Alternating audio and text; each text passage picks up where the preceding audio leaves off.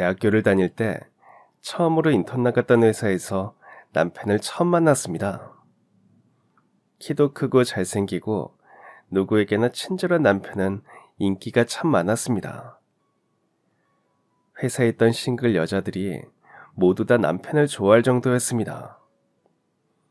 딱 한 사람, 저만 빼고 말이죠. 그 당시에 저는 이성에 대한 관심이 전혀 없었습니다. 평범한 가정 환경에서 태어나서 부모님 도움 없이 우리나라에서 손에 꼽히는 대학에 들어가기란 여간 쉬운 일이 아니잖아요. 죽어라 공부만 해서 남자친구 같은 건 사귈 생각도 안 해봤고 아예 관심도 없었습니다. 제가 좋은 대학에 가기 위해 고군분투했던 그 시간을 잠깐 얘기해보자면, 말씀드렸다시피 저희 집은 아주 평범합니다. 어머니는 가정주부셨고 아버지는 일반 회사원이셨죠. 오빠 둘이 있던 저는 모든 꼴등이었습니다. 밥도 꼴등으로 먹어야 했고 옷 입는 것도 오빠들 것 물려 입거나 꼴등으로 사고 컴퓨터 게임 하나 하는 것도 꼴등으로 해야 했습니다. 맨날 오빠들한테 치이고 사니까 독이 바짝 오르더라고요. 그래서 어릴 땐 부모님 속을 꽤나 썩였습니다. 하지만 그런들 달라지는 거 없이 맨날 꼴등인 신세였죠. 성장하면서 그 서러움은 더욱 커졌습니다.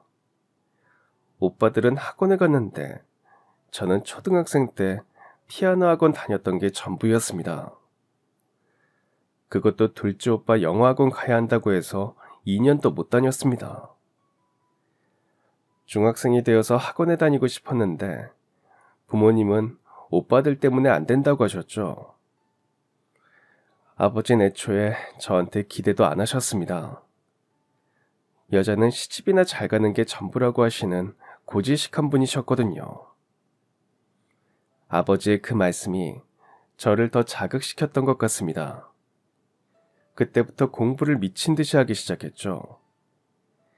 그 노력으로 중학교 2학년부터 내내 전교 1등을 했습니다.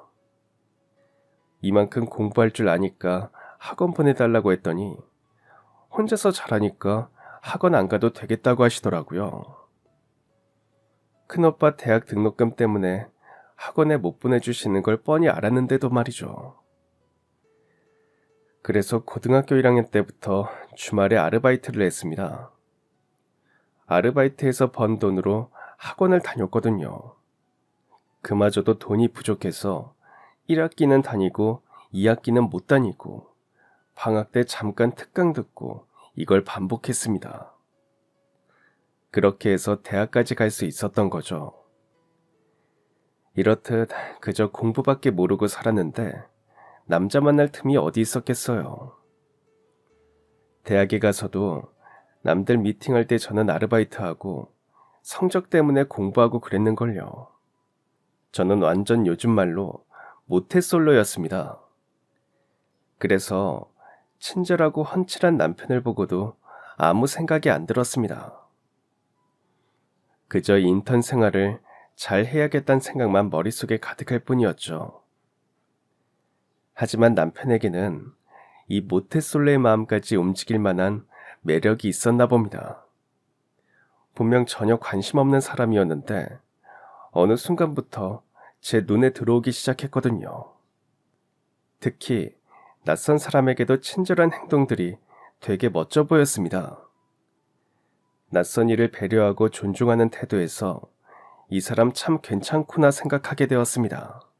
한 달 반 정도 되는 기간 동안 인턴 생활을 하면서 서서히 남편에게 빠져들었습니다.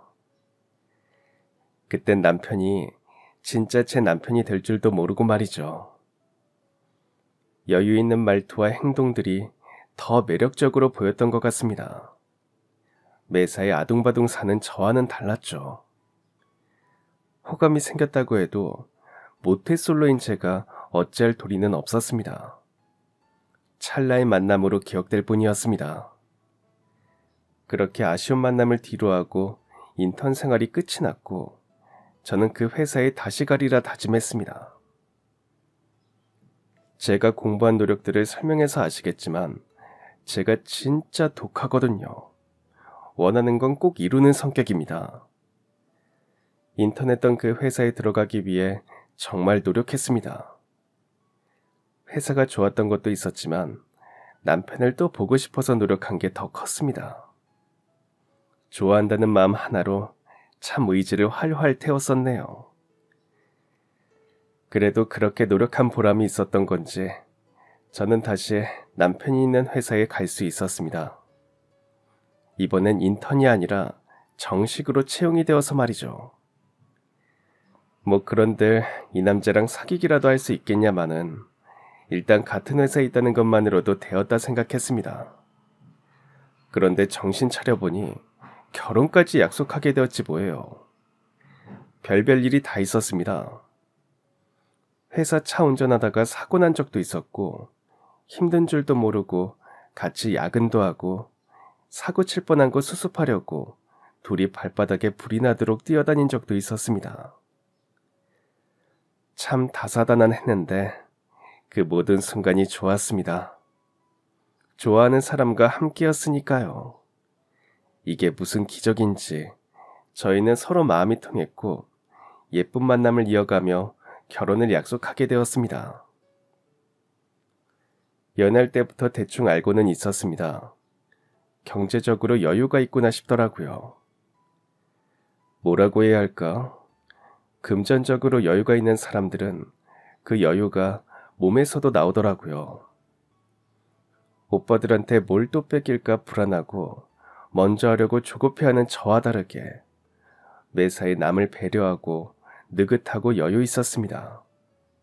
처음엔 사람이 착해서 그러는구나 싶었는데 그게 경제적 여유에서 나오는 거였다는 걸 나중에 알게 되었습니다.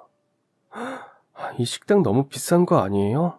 무슨 가격이 이래요? 수진이 네 생일인데 이 정도 놔야지. 여기 음식 되게 맛있어. 가족들이랑 와봤었거든. 태어나 처음으로 그렇게 고급스러운 식당을 가봤습니다. 코스 요리라는 것도 처음 먹어봤죠. 둘이서 한 끼에 몇십만 원을 쓸 수 있구나 싶어 놀라웠습니다. 그땐 별 대수롭지 않게 생각했습니다. 결혼까지 할 거라곤 생각도 못했으니까요. 휴가철에 여행 계획 세울 때도 당연하게 해외로 갈 생각을 하길래 저는 비행기 제주도 갈 때 말곤 안 타봤다고 했습니다. 그러니까 엄청 놀라더라고요. 1년에 한두 번씩은 해외에 나가는 사람이니 그럴 만도 했습니다. 이때까지만 해도 그냥 그런가 보다 했는데 결혼까지 약속하게 되니 그냥 그런가 보다가 할 게 아니었습니다. 집안이 차이가 나니까 시댁에서 나를 안 좋아하면 어쩌나, 결혼을 반대하면 어쩌나 별의별 생각을 했거든요. 우리 집은 내가 결혼한다고 해도 해줄 게 없어서 내가 모은 돈이 전부일 텐데 부족하다고 생각하시면 어떡하나 싶어서 너무 걱정되었습니다. 상견례 하는 날 백화점에서 옷도 사입고 엄청 신경을 썼습니다. 시아버지가 사업을 하시는 분이셨는데 뭔가 제 머릿속에 사업하는 사람이라는 이미지는 굉장히 카리스마 있고 무서운 분일 거라고 생각했거든요. 그래서 더 떨렸나 봅니다. 그런데 막상 만나뵈니까 제 예상과 너무 다르더라고요. 남편의 다정함이 어디서 나온 건가 했는데 아버님하고 똑같았습니다. 상대를 배려하시고 잘 웃으시고 얘기도 잘 들어주시는데 정말 참된 어른 같다는 생각이 들었습니다. 그렇게 무사히 상견례를 마치고 결혼 준비를 시작했는데 시부모님께서 집을 내주셨습니다. 그게 좀 부담이었는데 남편이 이 정도는 받아도 된다고 그만큼 더 잘해드리면 된다고 해서 감사한 마음으로 받기로 했습니다. 그리고 저는 저희 부모님께서 제가 결혼해도 10원 한 장 안 주실 줄 알았거든요. 항상 오빠들이 먼저였으니까요. 그런데 혼수를 다 해주셨습니다. 어머니께서 이러려고 옛날에 많이 아낀 거라며 딸이 시집 가는데 설마 혼수도 안 해줄 줄 알았냐고 하셨죠. 세상 부모님께 감사한 마음이었습니다. 집과 혼수는 해결이 되었지만 결혼 준비하면서 결정해야 하는 게 한두 가지가 아니잖아요. 이때 남편이랑 의견이 좀 부딪혔습니다. 둘이 경제관념이 너무 달랐거든요. 저는 좀 알뜰하게 하자는 주의였고 남편은 비싸도 마음에 들면 선택하자고 했습니다. 연애하면서 한 번도 싸운 적이 없었는데 처음으로 싸우기도 했습니다. 결혼 준비하면서 많이 싸운다는 걸 들어보긴 했거든요. 그런데 막상 정말 싸우게 되니까 속상하기도 했습니다. 그래도 다행이었던 게 같은 회사를 다니니까 하루 종일 얼굴 보고 있으면 금방 풀리더라고요. 또 제가 잘 까먹는 편이라 그게 뭐 별일인가 싶기도 했고요. 서로 조금 더 배려하면서 준비를 했고 무사히 식을 마칠 수 있었습니다. 그땐 몰랐습니다. 진짜 문제는 지금부터 시작이라는 걸.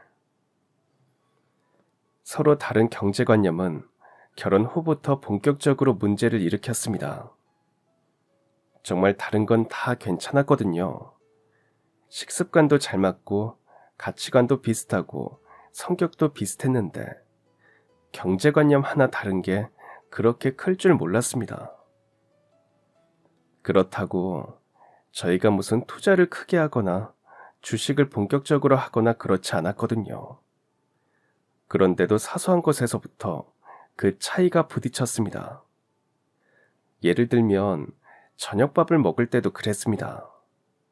오늘 저녁은 뭐 먹을까? 집에 배추 사놓은 거 있는데 국 끓여서 먹을까? 두부도 있고. 난 오늘 자극적인 거 땡기는데. 닭발이나 불족발 어때? 매운 거 먹고 싶다. 우리 어제도 배달 음식 먹었잖아. 또 사 먹자고? 뭐 어때? 우리가 돈을 못 버는 것도 아니고. 남편은 씀씀이가 큰 사람이었습니다. 같은 회사에 직급도 큰 차이가 안 나니까 버는 돈이 고만고만했거든요. 둘 다 월급쟁이였으니까 큰 돈 버는 건 아니었는데도 남편은 돈 쓰는 걸 참 좋아하는 사람이었습니다. 별로 안 친한 사람이어도 축의금도 많이 하고 먹는 것에도 아끼지 않고 옷 같은 거 살 때도 비싼 옷을 주저없이 샀죠. 그러니까 한 달 월급을 벌면 그냥 다 써버리는 사람이었습니다. 저축은 하지 않았습니다. 제가 어느 날 돈을 좀 모아야 되지 않겠냐고 하니까 남편이 이렇게 말하더라고요. 당장 내일 어떻게 될지 모르는 게 인생인데 난 아끼면서 살고 싶지 않아. 넘치게 쓰는 것도 아니니까 문제될 건 없잖아. 솔직히 틀린 말은 아니었습니다. 그래도 저는 돈을 벌면 적당히 쓰고 저축을 해야 하지 않나 싶었거든요. 예상치 못하게 큰돈 나갈 일이 있을 수도 있잖아요. 갑자기 아프다던가 가구나 가전이 고장나서 사야 한다던가 하는 경우가 생기기 마련이죠. 남편은 할부를 하면 된다고 했지만 어쩐지 저는 불안했습니다. 벌 수 있을 때 벌고 아낄 수 있을 때 아끼는 게 좋지 않나 생각하곤 했었죠. 어릴 때부터 가정 환경이 달라서 더 차이가 느껴졌던 것 같습니다. 전 명품이란 걸 사본 적이 없는 사람인데 남편은 티셔츠 한 장에 몇십만 원짜리를 서슴없이 샀거든요. 거기서 차이를 좀 느끼곤 했죠. 그러던 중 저희에게 아이가 생겼습니다. 그리고 아이를 낳은 후 서로 다른 경제관념이 더욱 문제가 되었습니다. 아이가 태어난 후에도 남편은 여전히 버는 족족 돈을 썼습니다. 아이 키우면서 돈 들어갈 곳이 참 많잖아요. 어릴 때야 기저귀에 분유만 있으면 되지만 어린이집만 다니기 시작해도 의료비며 식비며 문화생활까지 이것저것 챙겨줘야 할 게 많으니까요. 나중에 학원비 들어갈 것도 생각하고 대학 갈 것까지 생각해서 조금씩이라도 돈을 모으고 싶었습니다. 먼 훗날이지만 결혼한다고 했을 때 도움을 주고 싶기도 했으니까 저축이 꼭 필요하다고 생각했죠. 그런데도 남편은 별 생각이 없어 보였습니다. 그건 그때 돼서 생각하면 되는 거 아니야? 당장 필요한 돈들이 있는데 어떻게 안 써? 꼭 필요하지 않은 것도 있으니까 조금만 아껴보자는 거지. 저희는 서로를 이해하지 못했습니다. 그렇게 의견을 좁히지 못했고 결국 저축은 하나도 못했습니다.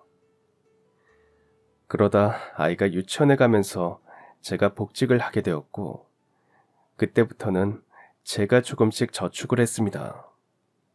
큰 돈은 아니었지만 조금씩이나마 돈을 모으니까 안심이 되더라고요. 반면에 남편은 여전히 씀씀이를 줄이지 못했습니다.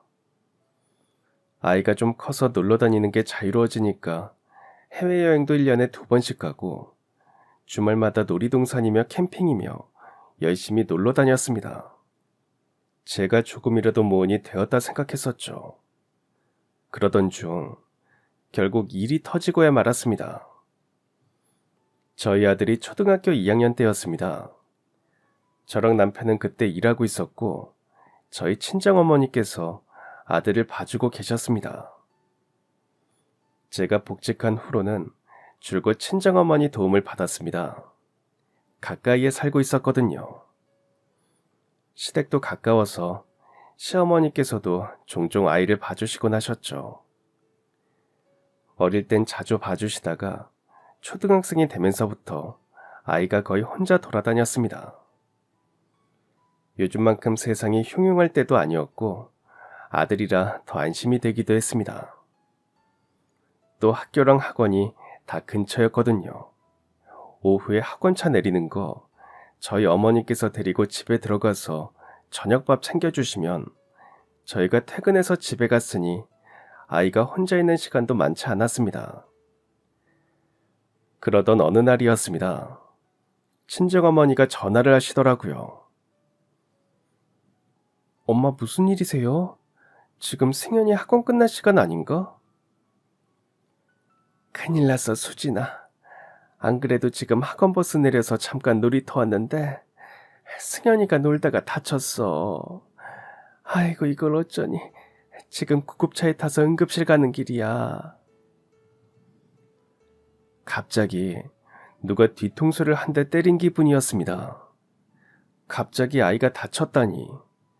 게다가 구급차를 타고 갈 정도면 얼마나 심각한 건가.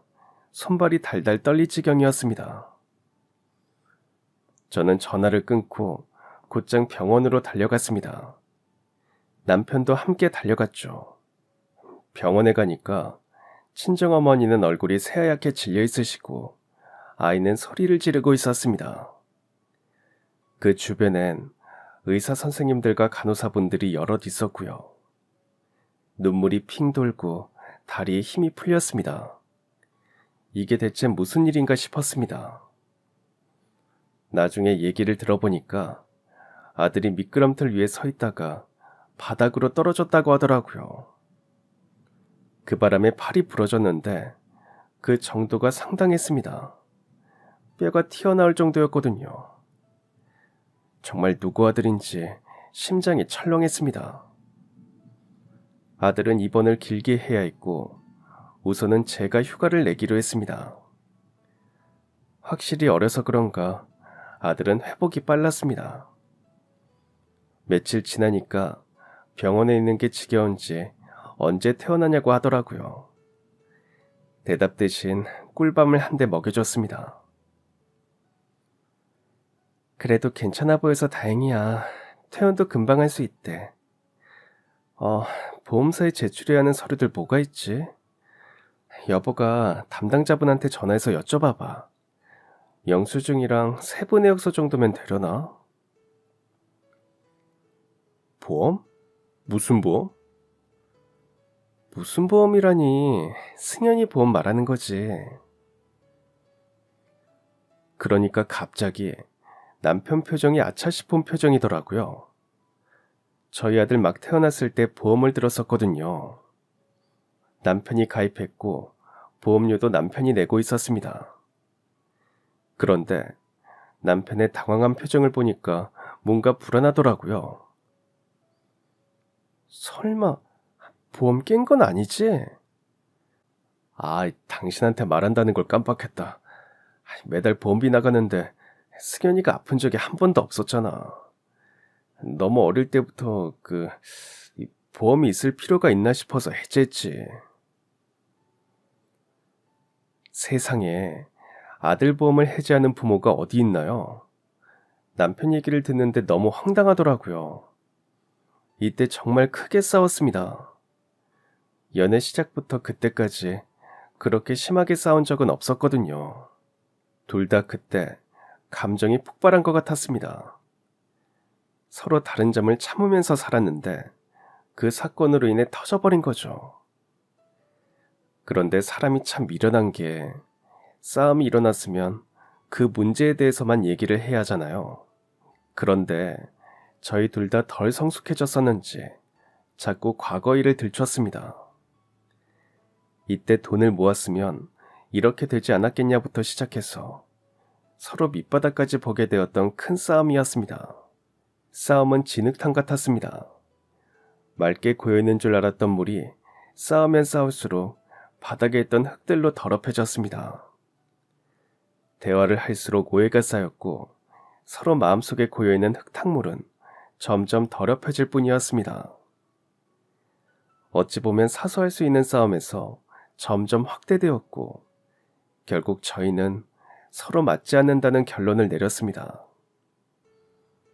거의 2달 넘게 대화다운 대화를 하지 않았고 마주치기만 하면 신경질을 냈고 애초에 안 마주치려고 노력했습니다. 그리고 그 끝은 결국 이별이었습니다. 10년간의 결혼 생활에 마침표를 찍게 되었습니다. 솔직히 막막했습니다. 밤에 자려고 눈 감으면 오만 생각이 다 들더라고요. 혼자 아들을 어떻게 키우나? 아들은 아빠의 빈자리를 인정할까? 이런 일로 이혼하는 게 맞는 건가? 이혼녀라는 딱지를 달고 어떻게 살아가야 하나? 진짜 수천 가지 걱정이 머릿속을 휘감아서 잠 못 드는 밤이 하루 이틀이 아니었습니다. 다른 사람보다도 저희 어머니께 말씀드리는 게 제일 걱정이 되었습니다. 그때 저희 아버지가 돌아가신 지 2년이 채 안 되었었거든요. 안 그래도 심란하실 어머니 마음을 들쑤시고 싶지 않았습니다. 그래서 어머니께 사실대로 말하지 않고 거짓말을 했습니다. 친정이랑 저희 집이 걸어서 20분도 안 걸려서 어머니를 자주 뵈었는데 이혼한 후에는 바쁘단 핑계로 최대한 안 만나려고 했습니다. 이혼하고 아들이랑 둘이 집을 나와서 근처 오피스텔에 들어가서 살았습니다. 그걸 절대로 들키면 안 되니까 아들한테도 말하지 말라고 신신당부를 했습니다. 하지만 어떻게 자식이 부모를 속이겠습니까? 아들한테도 계속 거짓말 시키는 건 잘못된 것 같아서 서류 정리되고 3개월 만에 솔직하게 말씀드렸습니다. 그때 어머니 표정을 잊지를 못합니다. 정말 얼굴이 잿빛이 되시면서 심란하시던 그 모습이 여전히 생각이 납니다. 내가 정말 큰 불효를 했구나. 어머니 가슴에 대못을 박았구나 하는 생각에 참 마음이 안 좋았습니다. 이서방 참 괜찮은 사람인데 아휴 마음이 그렇네. 알지 괜찮은 사람인 거. 승현이한테도 좋은 아빠고 엄마한테도 좋은 사위였지. 그렇다고 나랑 안 맞는 걸 평생 참고 살 순 없잖아. 죄송해 엄마. 나한테 죄송할 게 뭐 있니? 네 인생인 거. 앞으로 승현이 챙겨줘야 하는 거 있으면 말해. 아니, 웬만하면 집에 들어와 살아. 서방이랑 사는 것도 아니면서 뭘 따로 살아. 엎어지면 코 닿는 거리인걸. 괜히 돈 쓰지 말고 집으로 들어와. 어머니께 저는 부끄러운 딸이니까 보기 싫으실 줄 알았거든요. 그런데 오히려 반대였나 봅니다. 이혼하고 혼자 아들 키우는 불쌍한 딸이라 되려 품에 더 품고 싶으셨나 봅니다. 어머니께서도 아버지 돌아가시고 혼자 사시는 게 적적해 하시는 것 같아서 오피스텔에서 1년 살다가 어머니 집에 들어가 함께 살게 되었습니다. 아들이 초등학교 고학년이 되니까 챙겨줄 게 없을 줄 알았는데 은근 손이 많이 가더라고요. 한창 잘 먹을 때라 밥 챙겨주는 게 제일 걱정이었는데 어머니께서 잘 챙겨주셔서 참 감사했습니다. 아, 그리고 제가 남편이랑 이혼하고 회사를 나왔거든요. 원래 같은 회사였잖아요. 이혼 후에도 같이 회사 다니기엔 제가 그렇게까지 얼굴이 두껍진 않아서 제가 먼저 퇴사했습니다. 때마침 아는 선배가 회사를 차렸다고 하길래 좋은 조건으로 들어가서 일할 기회가 있었습니다. 한 2년 정도 일하다가 저도 사업을 해보고 싶다는 욕심이 생기더라고요. 조금 무모했지만 지금 아니면 기회가 없을 것 같아서 퇴사하고 사업을 시작했습니다. 저는 사업하면 되게 멋있게 살 줄 알았습니다. 시간도 자유롭게 쓸 수 있고 여가 시간도 많고 직원들이 해오는 거 결제만 하면 되는 줄 알았는데 사업이라는 게 생각만큼 멋있는 게 아니더라고요. 직원들보다 훨씬 더 많이 일해야 했고 여가 시간은커녕 쉬는 날도 없이 일을 했고 이리저리 뛰어다니느라 하루가 어떻게 가는 줄 몰랐습니다. 그때마다 어머니 집에 들어가 살길 잘했다 생각했고 어머니께 참 감사했죠. 어머니 덕분에 아들은 잘 성장했습니다. 저랑 남편이랑 이혼한다고 했을 때 아들이 많이 속상했거든요. 그럼 이제 아빠 못 보는 거냐면서 남편이 저랑 경제관념만 차이가 있을 뿐이지 사람 자체는 굉장히 좋은 사람이었습니다. 무엇보다도 아빠로선 더할 나위 없이 좋은 아빠였습니다. 아들한테 큰 소리 한번 낸 적이 없었고 아들을 진심으로 사랑하고 자신의 모든 것을 내어줄 수 있는 사람이었습니다. 아들도 그만큼 아빠를 따랐고요. 그래서 한 달에 2번 정도 아들과 전 남편이 만남을 가졌습니다. 만날 때마다 놀이동산도 가고 1박 2일로 놀러 가기도 하고 갯벌에 가서 조개도 캐고 수영장도 가곤 했습니다. 바쁜 저를 대신해서 전 남편이 아들과 잘 놀러 다니니까 그 부분은 참 고마웠습니다. 또 아들이 성장하면서 아무래도 엄마인 저는 이해 못하는 부분이 생기더라고요. 아들도 저한테 마음을 터놓지 않는 부분이 있었고요. 아이 아빠가 그걸 잘 헤아려줘서 참 고마웠습니다. 아빠의 빈자리를 느끼지 않도록 노력해주는 모습이 참 존경스럽기까지 했습니다. 시간이 흐르면서 저는 점점 이혼한 삶에 적응을 했고 아이도 아빠의 부재를 적응하기 시작했습니다. 이혼 후에 전 남편이 아들 만날 때마다 마주치는 게 어색했는데 어느새 적응도 되었습니다. 심란해하셨던 저희 어머니께서도 사위의 빈자리를 인정하기 시작하셨죠. 사람이 적응의 동물이라고 하잖아요. 모두 바뀐 생활에 잘 적응을 해나갔습니다. 제가 빨리 전 남편의 빈자리를 잊을 수 있었던 것은 바로 일 때문이었습니다. 사업을 하면서 여간 바쁜 게 아니니 다른 생각을 할 여유가 없더라고요.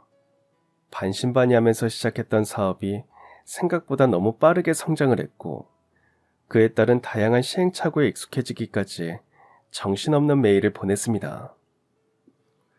몇 달을 준비한 걸 완전히 갈아엎어야 할 때도 있었고 계약서 도장 찍기 전까지 갔던 거래처가 갑자기 사라진 적도 있었고, 직원들이랑 한여름에 땀 뻘뻘 흘리며 돌아다닌 적도 있었고, 비가 쏟아지던 날 사무실에 비가 새서 난리가 난 적도 있었습니다.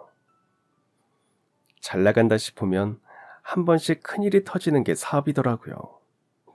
그런데 이런 과정이 퍽 재미있었습니다. 제가 좀 예민한 성격이거든요. 무슨 일 시작하기 전에 계획부터 꼼꼼하게 세우고 그 계획이 틀어지면 굉장히 스트레스를 받는 사람입니다. 그런데 사업하면서 이 예민한 성격이 많이 나아졌습니다. 계획에서 조금 엇나가도 하늘이 무너질 만큼 큰일이 일어나지는 않더라고요. 오히려 더 좋은 방향으로 해결이 될 때도 있었고요. 제 눈과 귀와 손, 발이 되어서 각자의 자리에서 열심히 달려주는 직원들 덕에 제가 대표로서 또 한 사람으로서 많이 성장할 수 있었습니다. 또 저희 어머니께서도 저를 많이 응원하고 지지해 주셨습니다. 너 어릴 때 혼자 공부한다고 용 쓰는 거 보면서 내 마음이 어땠는지 알아? 참 기특하면서도 안쓰럽기도 하고 미안하기도 했다니까. 아유, 저 어린 게 오빠들한테 치면서 자기 밥그릇 챙기겠다고 이악 물고 버티는 거 보면 어찌나 마음이 쓰리던지. 그럼 학원이라도 한번 보내주지 그랬어. 알바하면서 학원 다니느라 얼마나 힘들었는지 알면서. 네 아빠 성격 알잖아.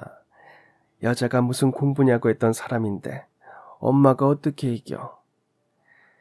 아빠 월급으로 5 식구가 생활하면서 적금도 넣고 학원비도 내야 하는데 10원 한 장이 아쉬워서 그러지 못했지. 그래도 너 시집 갈 때 네 아빠가 돈 없다고 한 거 엄마가 미친 사람처럼 소리 지르면서 적금 깨고 혼수해 준 거야. 하나밖에 없는 우리 딸 남의 집 가서 기죽고 살게 할 순 없잖아. 안 그래? 아휴, 근데 참 해준 것도 없는데 우리 딸 지금 이렇게 잘 커줘서 참 고맙네. 엄마가 여전히 돈은 없지만 이 몸뚱아리는 성하니까 도와줄 수 있는 건 다 도와줄게. 어릴 땐 오빠들만 챙기는 부모님이 미운 적도 있지만 한 번도 원망하거나 사랑하지 않은 적은 없었습니다. 집안 사정을 뻔히 알았으니까요. 저희 먹을 건 잘 챙겨주시면서 본인들 옷은 10년씩 넘게 입고 계신다는 걸 알았으니 말이죠. 금전적인 지원만 안 해주셨을 뿐 언제나 저를 사랑하시는 분들이라는 건 너무나도 잘 알고 있었습니다. 그러니 제게 미안한 마음 안 가지셔도 된다고 어머니께 말씀드렸죠. 제가 하는 일 믿어주시고 바쁜 저를 대신해서 아들 챙겨주시고 집안일 해주시는 것만으로도 충분했거든요. 아들도 일하는 엄마 좋다고 많이 응원해줬습니다. 아들이 10살에 저희가 이혼을 했잖아요. 그래서 걱정이 이만저만이 아니었거든요. 상처를 받으면 어쩌나, 친구들한테 놀림을 받으면 어쩌나, 이제 곧 사춘기인데 마음의 상처로 어긋나면 어떡하나, 걱정이 정말 많았습니다. 그런데 제 생각보다 아들 속이 단단했나 봅니다. 이혼한다고 했을 때 조금 놀라긴 했지만 금방 받아들이더라고요. 저희 둘 문제니까 존중하겠다면서요. 어쩌면 저보다도 더 마음이 넓은 아이입니다. 또 전 남편도 아들 위해 많이 노력해준 덕분에 반항 한 번 한 적 없이 올바르게 성장해 주었습니다. 제가 바빠서 함께하지 못한 시간이 많았는데 다 괜찮다고 엄마 힘내라고 해주는 예쁜 아들이었습니다. 이렇듯 가족들까지 저를 전적으로 믿어주고 일에 전념할 수 있도록 도와줘서 회사가 더 빨리 성장을 한 것 같았습니다. 초반에 아는 후배 둘 데리고 총 3명이서 사무실에 컴퓨터만 놓고 일하다가 사무실 이전을 2번을 더 했고 나중엔 직원도 많이 늘어나고 건물 한 층을 다 쓰게 되었습니다. 고작 10년 사이에 이뤄낸 것들이었죠. 또 개인적으로 투자를 좀 했습니다. 사업하면서 가까이 지내던 대학 동기가 있었거든요. 학교 다닐 땐 별로 안 친했습니다. 저는 알바하고 공부하기 바쁜 학생이었고 그 동기는 놀기 좋아하는 학생이었거든요. 쟤는 저러다가 졸업은 하려나 생각하곤 했습니다. 그런데 사람 인연이 어떻게 될지 모르는 거더라고요. 사업하다 일 때문에 우연히 동기를 만나게 되었는데 그때부터 꾸준히 연락을 하게 되었습니다. 그 친구도 이혼했다고 하더라고요. 저희 아들 또래에 딸 하나를 키우고 있다고 했습니다. 공감대가 있어서인지 대화도 잘 통했고 금방 친해지게 되었습니다. 그런데 알고 보니까 그 친구는 집이 꽤 부유하더라고요. 부친께서 임대업을 하고 있고 어머니께서도 작은 사업을 하고 계신다고 했습니다. 이 친구도 대학 졸업하고 어머니 밑에서 일을 하고 있다고 했습니다. 그런데 말이 직장인이지 하고 다니는 거 보면 그냥 부잣집 공주님이 따로 없습니다. 가방도 명품이 여러 개 있고 딸이랑 여행도 자주 다니고 회사도 매일 나가지 않았죠. 너는 어떻게 그렇게 돈이 많아? 아직도 부모님이 돈 주시는 거야? 아니야. 나 성인 된 이후로 용돈 받은 적 없어. 대신 성인 되고 크게 한번 받았지. 그 돈으로 투자를 했거든. 그래서 건물에서 나오는 월세로 먹고 사는 거야. 나 대학 때 맨날 놀러 다녔잖아. 학교 공부도 열심히 안 하고. 그 대신 부동산 공부했거든. 아빠가 그쪽에서 일하시니까 들어오는 정보도 많았고.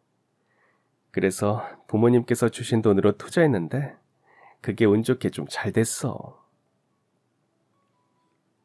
저는 집 하나 없는데 친구는 건물주라고 하니까 되게 멋있어 보였습니다.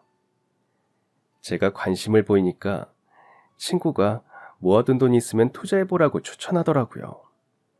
자기도 새 건물 알아보고 있다면서 말이죠. 그렇게 친구 따라 건물이랑 땅을 보러 다녔고 제 인생 처음으로 투자라는 걸 하게 되었습니다. 평생 모은 돈을 몽땅 땅에 투자했습니다. 그땐 정말 손이 떨리더라고요. 친구랑 같이 투자했는데 변호사 끼고 계약서까지 썼습니다. 그런데 이게 무슨 일인지 불과 1년 만에 투자한 땅이 몇 배로 뛰었고 저희는 큰 수익을 낼 수 있었습니다. 수익 낸 돈으로 또 투자를 했는데 그것도 3년 만에 폭등해서 그 다음으로는 건물을 사게 되었습니다. 내 집 하나 없던 제가 건물주가 된 순간이었습니다. 건물주만 되면 일도 안 하고 평생 놀고 먹고 할 줄 알았는데 그건 또 아니더라고요. 세금도 그만큼 많이 내고 이래저래 신경 써야 하는 부분도 많았습니다. 일 중독인 제가 갑자기 일을 그만두지도 않았고요. 그래도 확실히 전보단 경제적 여유를 얻을 수 있었습니다. 매달 월세가 들어오니까 마음이 편한 건 있더라고요. 이혼하고 불과 10년 만에 사업도 잘 되고 건물까지 갖게 된 것이 그저 신기할 뿐이었습니다. 결혼하고 아이 키우는 10년 동안 제가 더 이상 나가 아닌 엄마 또는 아내로 살고 있는 것 같아서 자존감이 많이 낮아졌었는데 제가 이뤄낸 성과들이 눈에 확실히 보이니까 정말 뿌듯했습니다. 앞으로도 나를 잃어버리지 말자는 다짐도 하게 되었죠. 사업하고 생긴 취미 아닌 취미가 있는데 바로 운동이었습니다. 일하는 것도 체력이 필요하더라고요. 직장인일 땐 커피를 하루에 2-3잔씩 마시면서 버텼는데 나이도 들고 하니까 더 이상 커피로는 안 될 것 같았습니다. 영양제 하나 안 먹던 제가 영양제를 챙겨 먹기 시작했고 조금씩 운동도 했죠. 그래봤자 헬스장 가서 뛰는 게 전부였지만 그렇게라도 해서 체력 기르고 땀도 흘리니까 건강해진 기분이었습니다. 그러다가 시간적 여유가 좀 생겼을 땐 PT도 받아보고 나중엔 요가를 하게 되었습니다. 요가가 되게 쉬운 운동인 줄 알았는데 너무너무 힘든 운동이더라고요. 한 번 하고 나면 사우나에 들어갔다 온 것처럼 땀이 쫙 빠졌는데 그 기분이 개운하고 좋았습니다. 그렇게 일도 하고 종종 운동도 하고 가끔은 어머니와 아들과 시간을 보내던 어느 날이었습니다. 새벽 요가를 가는 중이었는데 요가원이 있던 건물이 되게 상가 건물이었거든요. 새벽부터 문 여는 곳이 많지 않아서 정막이 가득했는데 한 남자가 분주하게 움직이고 있었습니다. 자세히 보니 신문을 돌리는 분이시더라고요. 그런가 보다 하고 지나치려는데 어쩐지 그 남자의 모습이 굉장히 낯익었습니다. 어디서 많이 본 사람 같더라고요. 설마 하는 마음으로 가까이 다가가 본 저는 그 남자의 눈을 마주치는 순간 깜짝 놀랐습니다. 신문을 돌리고 있는 사람은 바로 전 남편이었습니다. 전 남편은 절 보고 당황해서 어쩔 줄을 몰라 했습니다. 요가 수업은 이미 머릿속에서 지어진 지 오래였습니다. 해가 뜨던 그 시간, 전 남편에게 놀라운 소식을 듣게 되었습니다. 전 남편은 약 5년 전부터 아버님 회사에 들어가서 일을 하기 시작했습니다. 제가 남편이랑 같은 직장에 다녔잖아요. 그때 친하게 지냈던 사람들하고 가끔 연락을 해서 전 남편이 회사 그만뒀다는 건 알고 있었습니다. 아버님 회사가 좀 힘들어지면서 직원 몇 명이 그만뒀고 그 빈자리를 채우기 위해 남편이 들어가서 일을 하게 되었답니다. 그런데 회사가 예전 같지 않았다더라고요. 아버님께서 회사 운영하시면서 돈을 꽤 많이 버신 걸로 알고 있었거든요. 그런데 회사가 힘들어지면서 좀처럼 수익이 나질 않았나 보더라고요. 전 남편이 저랑 이혼하고 저희가 살던 집에서 계속 살았는데 회사에 돈이 없어서 그 집도 팔았다고 했습니다. 아들이 아빠가 할머니 할아버지랑 같이 산다고 했을 때 별 생각 없었는데 그런 사정이 있는 줄은 몰랐죠. 아버님께서 30살부터 모든 걸 바친 회사였으니 그냥 무너지게 두지 않으셨을 겁니다.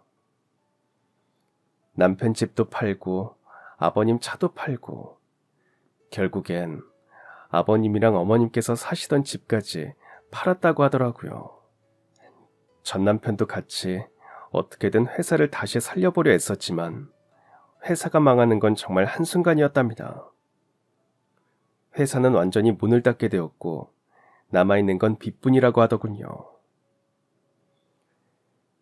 그래서 밤낮으로 일하면서 빚 갚는 중이야. 갈만한 회사가 없더라.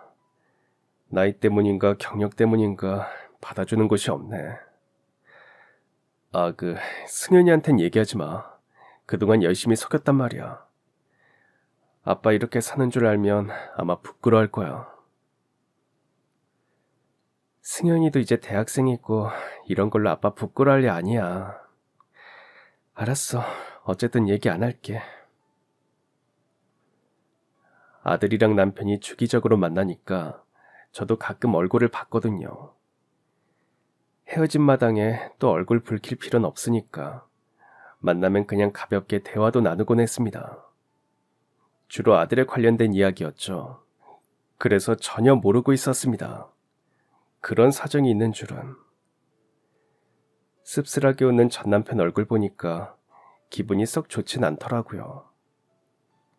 얼마나 바쁘게 사는 건지 수염도 정리가 안 되어 있었고 살도 많이 빠져 있었습니다. 예전에 당당하고 자신감 넘치고 여유 있던 모습은 온데간데 없어져 있었죠. 아무리 끝난 사이라고 하지만 한때 인생을 함께 보낸 사람인데 그런 모습을 보니까 속상하더라고요. 안타깝기도 하고요. 시부모님께서도 저 되게 예뻐하시고 많이 챙겨주셨었거든요. 저 이혼한다고 했을 때도 시어머니께서 미안하다며 눈물까지 보이셨습니다. 참 좋으신 분들인데 사정이 그렇게 되었으니 뭐라도 좀 도움을 드리고 싶었습니다. 빚 얼마나 남아있는데? 많아? 아니야, 그동안 많이 갚았어. 이제 5천만 원 정도만 더 갚으면 돼. 그 돈 내가 빌려줄게. 뭐? 당신이 왜 그 돈을 빌려줘? 우리 아버지 빚인데. 어머님이랑 아버님 그렇게 지내시는 거 난 전혀 모르고 있었어. 당신이랑 같이 살 때도 제대로 된 며느리 노릇 못했는데 이제 와서 한다고 생각해. 급하게 안 갚아도 돼. 당신 자리 잡고 여유 생기면 그때 갚아. 돈을 안 받겠다고 하는 전 남편을 겨우 설득했습니다. 여유 되니까 빌려주는 거라고, 시부모님 생각해서 빌려주는 거라고 했죠. 그러니까 전 남편이 멋쩍게 웃으며 말했습니다. 우리 같이 살았을 때 말이야. 네 말 좀 들을 걸 그랬어. 적금도 넣고 조금 알뜰하게 살았으면 지금 이 정도는 아니지 않을까 하고 가끔 생각해. 그래? 나는 뭘 그렇게 아등바등 살았나 생각하는데. 저는 전 남편에게 5천만 원을 빌려줬습니다. 그리고 며칠 뒤 전 남편에게 연락이 왔습니다. 빚을 다 갚았다고, 시부모님께서 고마워하신다고 하더라고요. 시어머니께 따로 연락도 왔고요.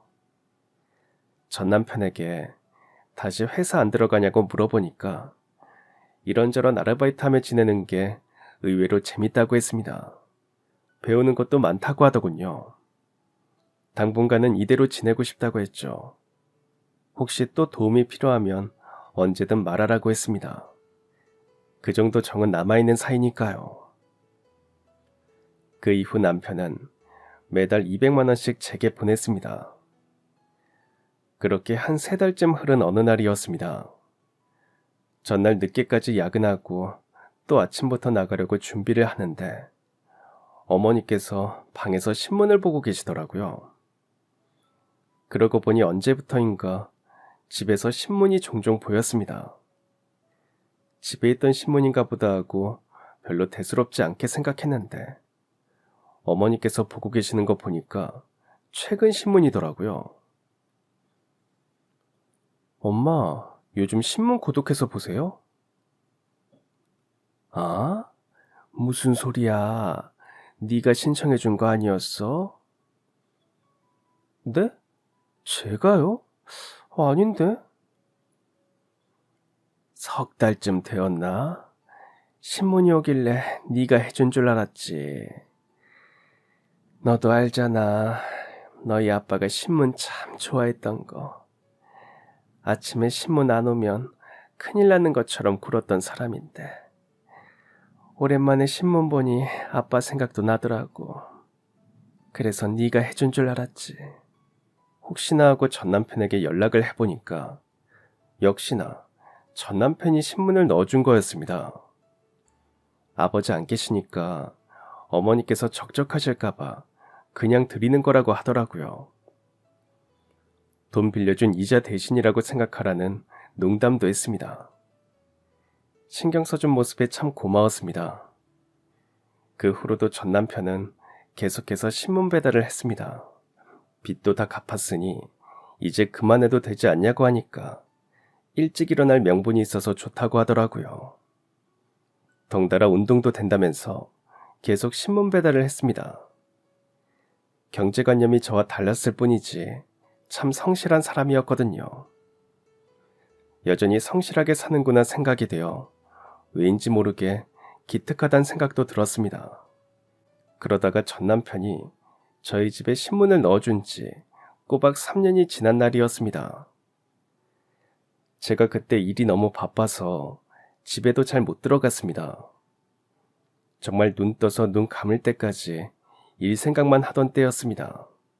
사무실 한쪽에 매트리스 펼쳐놓고 쪽잠 자다가 눈 뜨자마자 컴퓨터 앞에 가서 일하고 책상에 엎드려 자다가 다시 눈 뜨면 또 일하고를 반복했습니다. 큰 업체랑 같이 일을 하게 되었는데 잘 해내야 한다는 부담감에 그렇게 무리를 했었네요. 바쁘다 보니 2, 3일에 한 번꼴로 집에 들어갔습니다. 집에 가서도 씻고 옷만 챙겨서 나오기 바빴죠. 그때 참 어떻게 살았는지 마치 좀비가 된 기분이었달까요. 그때가 한겨울이었는데 제가 원래 겨울에 눈 오는 날이면 꼭 하는 게 있었습니다. 바로 마당 청소하는 일이었죠.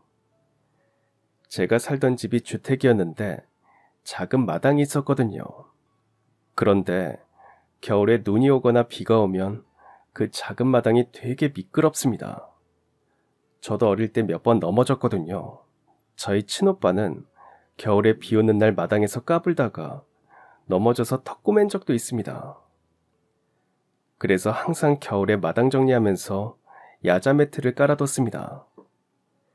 이것저것 다 해봤는데 야자 매트가 제일 낫더라고요. 관리가 번거롭긴 했지만 안 하는 것보단 훨씬 나아서 혹시 모를 사고를 대비해 깔았습니다. 그런데 그 겨울엔 제가 너무 바빠서 신경을 못 썼고 하필 아들도 군대에 가 있을 때라 결국 일이 터지고야 말았습니다. 사무실 매트리스에서 쪽잠을 자는데 전화가 왔습니다. 전 남편에게서요. 나 지금 집에 신문 넣어주러 왔거든? 그런데 마당에 어머님이 쓰러져 계셔서 119 불러서 지금 병원으로 가는 중이야. 지금 올 수 있는 상황이야? 우선 내가 어머님하고 있을게. 지금 의식이 없으셔.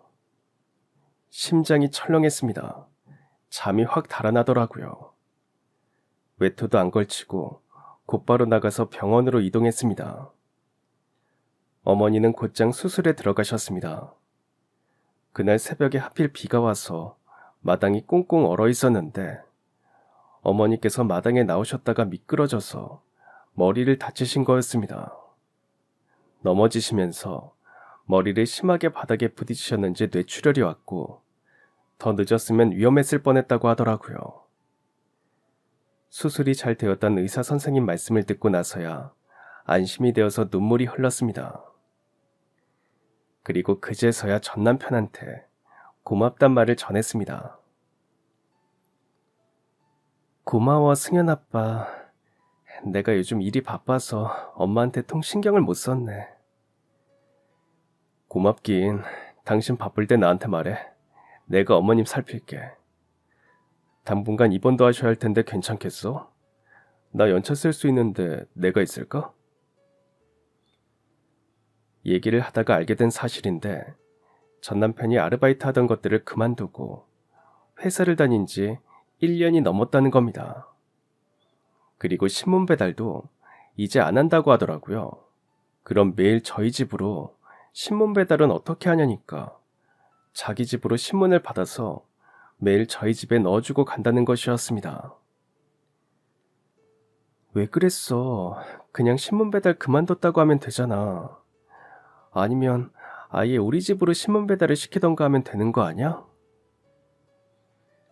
어차피 회사 가는 길인데 뭐. 그리고 혹시 모르잖아. 신문 넣다가 어머님이나 당신 마주치게 될지.